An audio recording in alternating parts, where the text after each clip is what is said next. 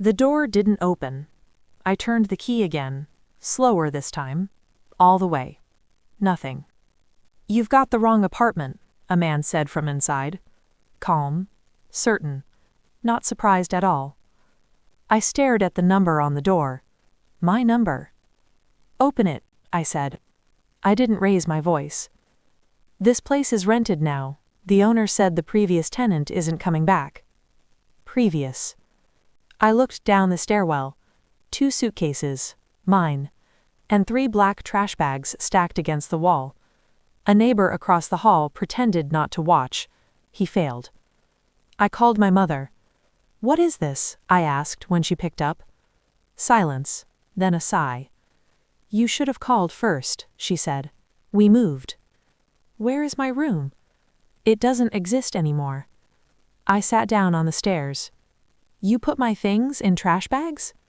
"Don't exaggerate," she said. "You don't live here anymore." "I came home." "You're an adult now," my father said, taking the phone. "Learn to deal with things." The line went dead. "My name is Elena. I'm 22. I study in another city. I work while I study. I thought I still had a home." I didn't cry. I loaded the bags into my car like this was planned. The hostel smelled like old sheets and bleach. I laid my things on the bed. A jacket, documents, a photo frame cracked down the middle. We were all smiling in that picture. I turned it face down. That night I didn't sleep. I decided. I stopped calling. A week later my father called me. "You're being dramatic," he said. "Family doesn't disappear like this." I didn't argue. "You'll regret cutting us off." I ended the call. I worked more hours, spoke less, listened more. They noticed.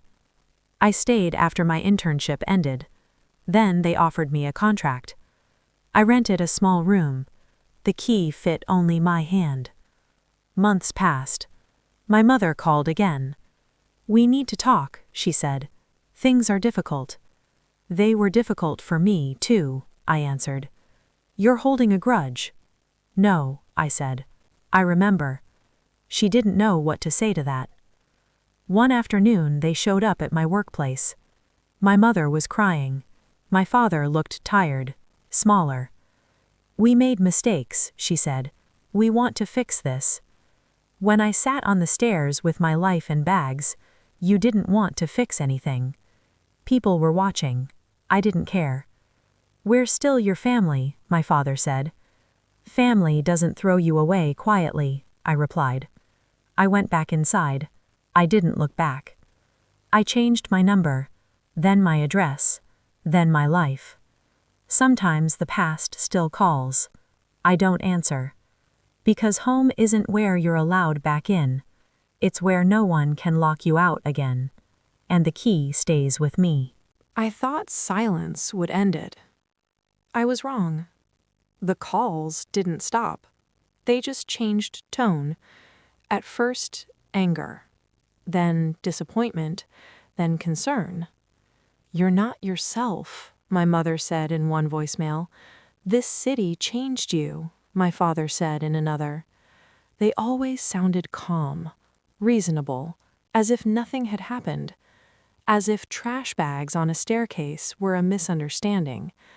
I deleted the messages without listening to them all. Not out of hatred, out of clarity. Every voice carried the same message. Come back. Be smaller. Forget. Work became easier than home ever was. Deadlines were honest. Effort had results. If I stayed late, no one asked why. If I left early, no one guilted me for it. I was paid for what I did, not for who I was supposed to be. That felt new. One evening, I ran into an old neighbor. She smiled too quickly. "Your parents ask about you," she said. "They're worried." I nodded once. "That's good," I replied. I didn't explain. I didn't owe her context. I stopped keeping photos. Memories didn't need frames anymore. They lived where they belonged, behind me. I learned something strange about peace. It doesn't arrive loudly. It doesn't announce itself. It just shows up one day when no one is pulling you backward. The last message came months later. My mother's voice was softer than I remembered. "We didn't think you'd really leave," she said. "We thought you'd come back eventually." That was the truth. They never meant goodbye. They meant leverage. I didn't respond. I moved again, this time by choice. Bigger windows, more light. I unpacked slowly, carefully. Everything I owned fit where I placed it. Nothing felt temporary. Sometimes people ask about my family. I don't lie. "I'm not in contact," I say.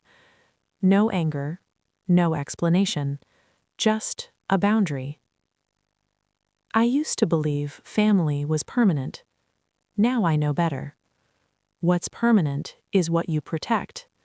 And I learned to protect myself the moment the door didn't open. The past still knows my name, but it doesn't get my address, and it never gets the key. There was a moment when I realized they were waiting, not for forgiveness, for access. Every message, every checking in, every "we're worried" was a test. Are you still reachable? Are you still open? Can we still step back in? I never answered. And slowly, the messages became shorter, less confident. Silence works both ways. I stopped flinching when my phone rang.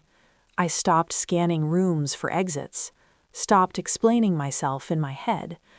No one was watching anymore. No one was judging my choices. I was finally alone, and it felt stable. I built routines: morning coffee, evening walks, work that ended when I closed my laptop. No one questioned my priorities.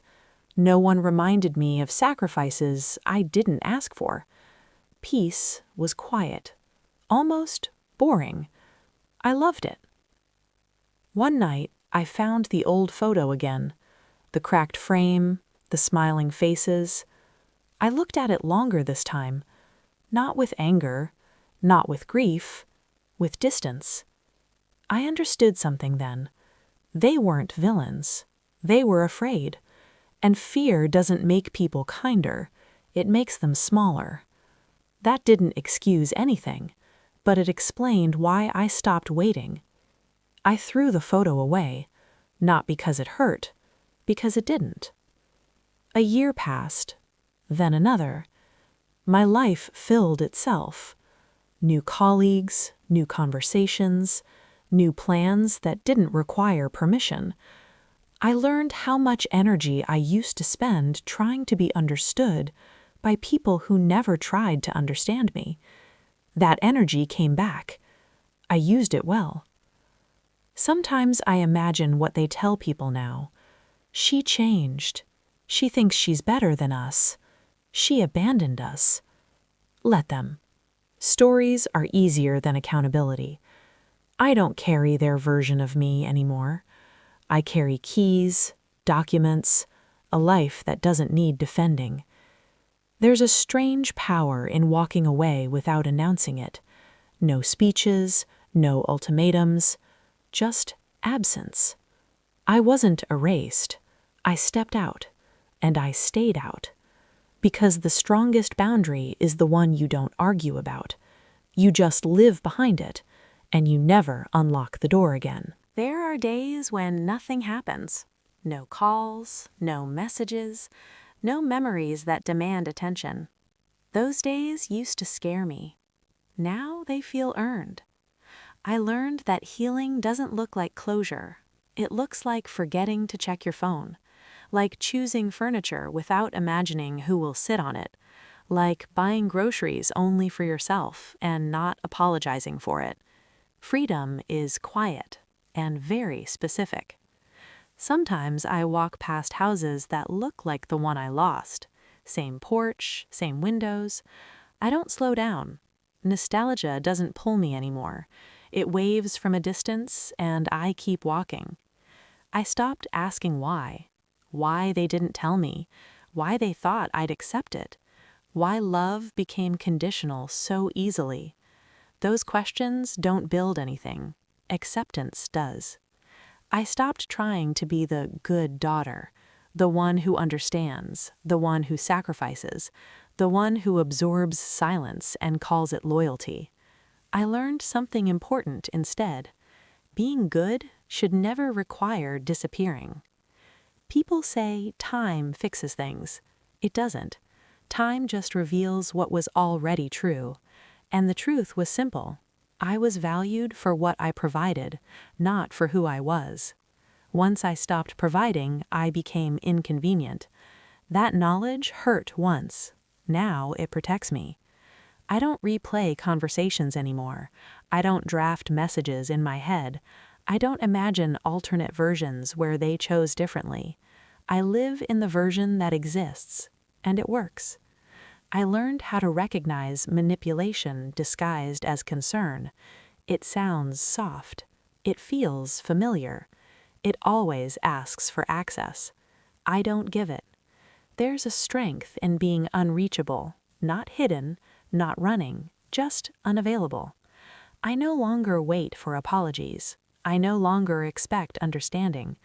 I measure relationships differently now, by consistency, by respect, by how safe I feel when I'm silent. My home smells like clean air and coffee. My name is on the door. My rules are inside. No one argues with them. I used to think walking away meant losing something. Now I know. I walked away with myself, and that was never negotiable. The door that didn't open taught me everything. Some exits are answers, and some locks are protection. I don't knock anymore. I don't wait. I don't look back. I turn the key from the inside and leave it there. There's no dramatic ending to a life like this. No confrontation that changes everything. No apology that arrives on time. No final conversation where everyone suddenly understands. Real endings are quieter. They happen on ordinary days. I wake up. I make coffee. I lock the door behind me. Nothing remarkable. And that's the point. I don't feel victorious. I don't feel robbed. I feel accurate. Accurate about who stayed, accurate about who left, accurate about what was never mine to fix. That clarity doesn't hurt. It stabilizes. I no longer measure myself against the past. I don't compare apartments. I don't compare lives. I don't wonder what they're doing now. Comparison was never curiosity. It was permission-seeking. I stopped asking. There are no more letters to write in my head, no speeches waiting for the right moment, no explanations rehearsed in silence. The story doesn't need editing anymore. It's finished. I understand now why the door didn't open. It wasn't rejection. It was information. It told me exactly how conditional my place had always been. How easily space turned into absence. How disposable I was the moment I stopped fitting the role. That knowledge didn't destroy me. It released me. I don't romanticize resilience. I didn't grow stronger because of what happened. I grew clearer. And clarity is far more useful. The life I have now doesn't require translation. I don't have to justify my choices. I don't have to soften my boundaries. I don't have to earn rest. Everything functions without permission. Sometimes people mistake my calm for forgiveness. It isn't. It's closure without ceremony. It's knowing that reopening a door doesn't mean you're healed. Sometimes it just means you forgot why you locked it. I didn't forgive them. I outgrew the need to.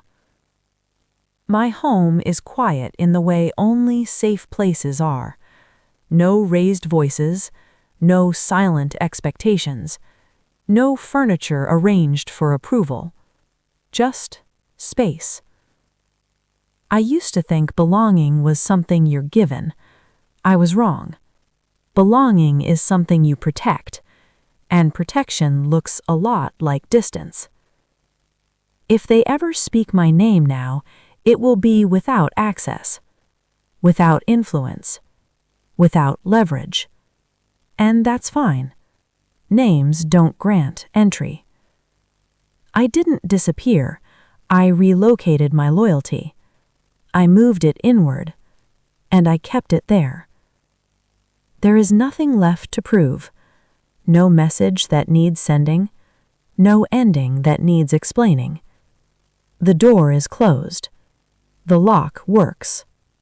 And this time, I'm on the inside.